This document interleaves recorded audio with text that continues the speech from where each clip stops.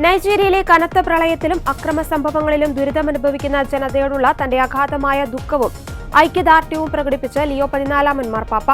ഫെബ്രുവരി 8 വത്തിക്കാനിലെ saint Peter's സ്ക്വയറിൽ നടന്ന ആഞ്ചലൂസ് പ്രാർത്ഥനയ്ക്കിടെയാണ് അദ്ദേഹം പ്രത്യേക അഭ്യർത്ഥന നടത്തിയത്.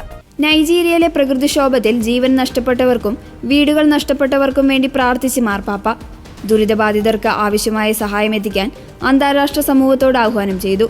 പ്രളയക്കെടുതികൾക്ക് പുറമെ ആ രാജ്യത്ത് തുടരുന്ന ആക്രമണങ്ങളിൽ ഇരയാകുന്ന നിരപരാധികളെയും അദ്ദേഹം ഓർമ്മിച്ചു.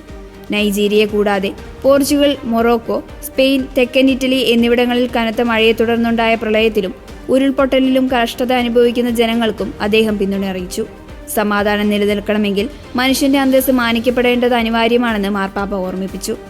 പ്രകൃതി ദുരന്തങ്ങൾക്കിടയിലും സാഹോദര്യത്തിന്റെ മനോഭാവം മുറുകെ പിടിക്കാൻ വിശ്വാസികളെ ഉദ്ബോധിപ്പിച്ചു.